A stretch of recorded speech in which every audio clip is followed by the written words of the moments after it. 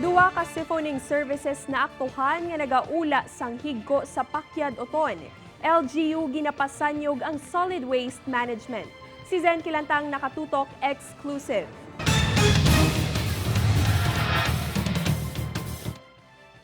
Natigayon nga madakpan ang duha ka siphoning services nga nagaula sang ilang nga higko sa Pakyad Oton, Iloilo. Natukiban nga ang liquid waste nga matipon sang kumpanya nga halin sa Poso Negro ang ginahaboy sa lugar.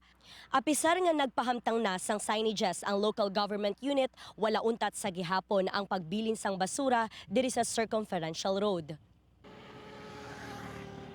Sa pagpangusisa sa Municipal Environment and Natural Resources Office, wala sang treatment plant ang mga kumpanya. Gilayo naman nga ginmultahan ang mga naglapas kag gin-impound ang ginagamit nga salakyan. Delikado naman ini para sa ikaayong lawas sa mga pumuluyo kung magpadayon ng illegal waste disposal sang kumpanya. Aton nga mga waterways, that's why gani nga di ba bisan even sa domestic naton nga balay may ara kita nga septic tank nga 3 So how much more area kung ulaon mo lang diretso sa duta, no nga we are preventing the contamination of groundwater.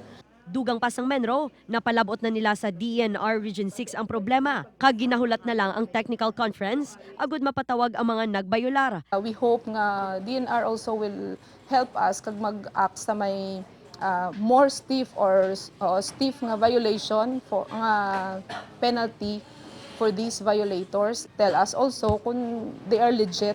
Sa idalom sang municipal ordinance sang Banwa ginadumilian ang paghaboy sang basura. Ang sinuman nga maglapas ang magamulta sang 1,000 ka peso kag magapatigayon sang clean up o konsara nga mapreso. Upod kay Romel Porquia, Zen Kilantang, One Western Visayas.